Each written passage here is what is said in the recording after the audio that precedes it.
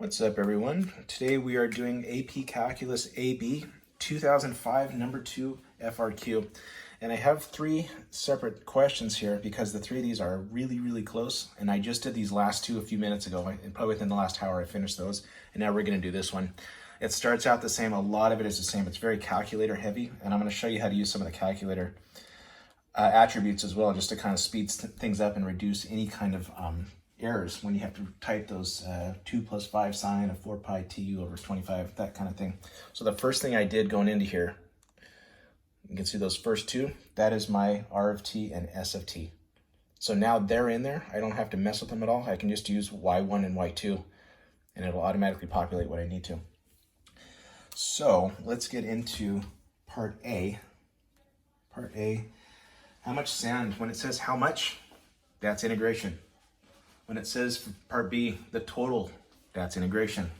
Part C, the rate, that's differentiation. We're going to take the derivative of that. So be having these words in the back of your mind, or even make a word list. And so when you look at these problems, you'll know exactly how to start.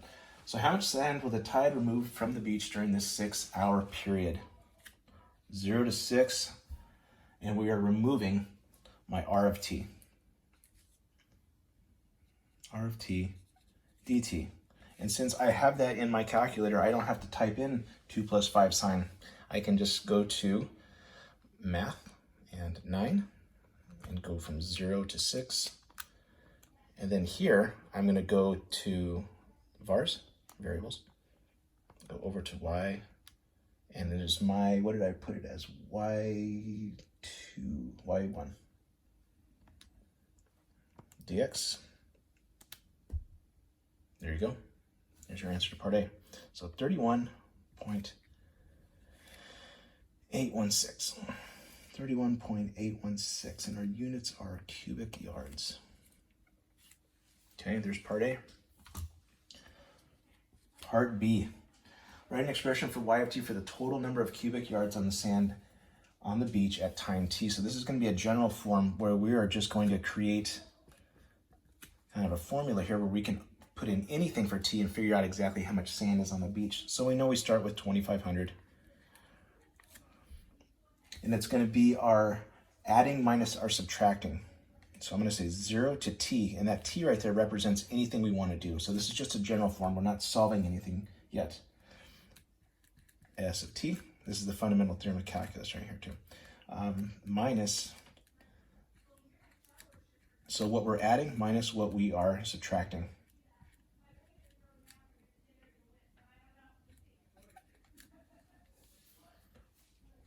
Okay, so that's part B. We have a formula now. I can put any number into t and we can figure out how much sand is on the beach. So part C, find the rate at which the total amount of sand on the beach is changing. So this is my total amount right here. I want to know the rate, and we all know rate. That means we are going to take the derivative of y of t. That's gone. These get canceled out because we're doing the derivative of those. So we are left with S of t minus R of t. And they want to know when it's 4. So I'm looking for S of 4 and minus R of 4.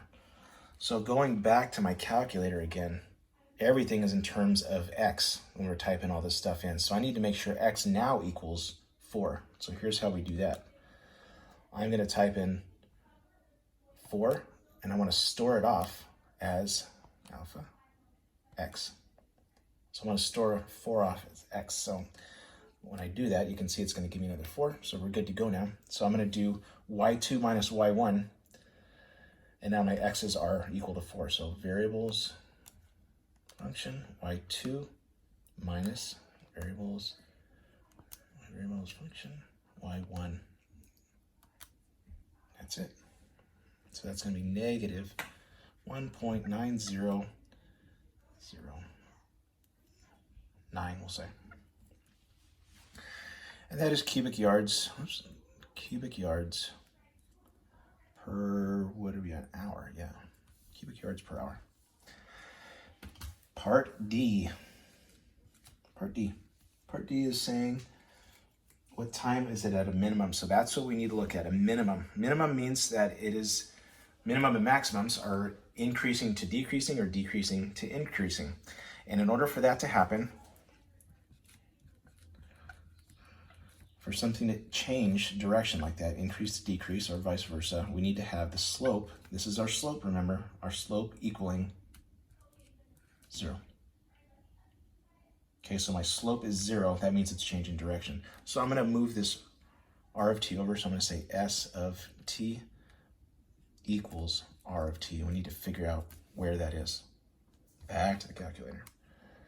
So I'm going to graph these two because I want to know where they intersect. So let's graph that. There it is right there. We want to know the intersection between 0 and 6. So I'm going to trace, where are we at here? Let's trace right there. So that's where they come together. I'm going to do second calculate because I want to know what that intersection is. So that's 5. And look on the bottom here. First curve, second curve, your guess, and there is your answer right there. So I'm going to call that A. A is 5.1178653. And I'm going to create my table over here. So I have t, and I have y of t. Let's use my limits, and we'll use a. And my limits go up to 6. So when I plug these into my b here, my y of t, remember if t is 0, we already know that we start out with 2500. So we're good there. We just need to plug this number and 6 into my t's here. So I'll show you the setup on one of them.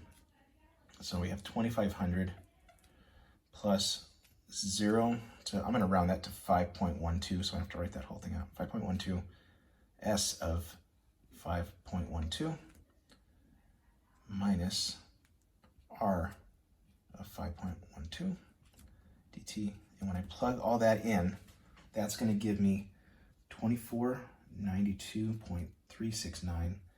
And when I go back into my calculator and change this again to 6, I'm going to end up getting 24, very close, 2493.277.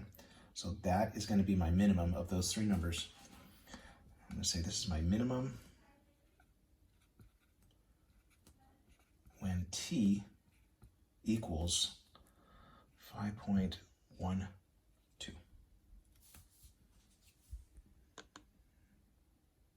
There you go. All right, take it easy. Have a good day.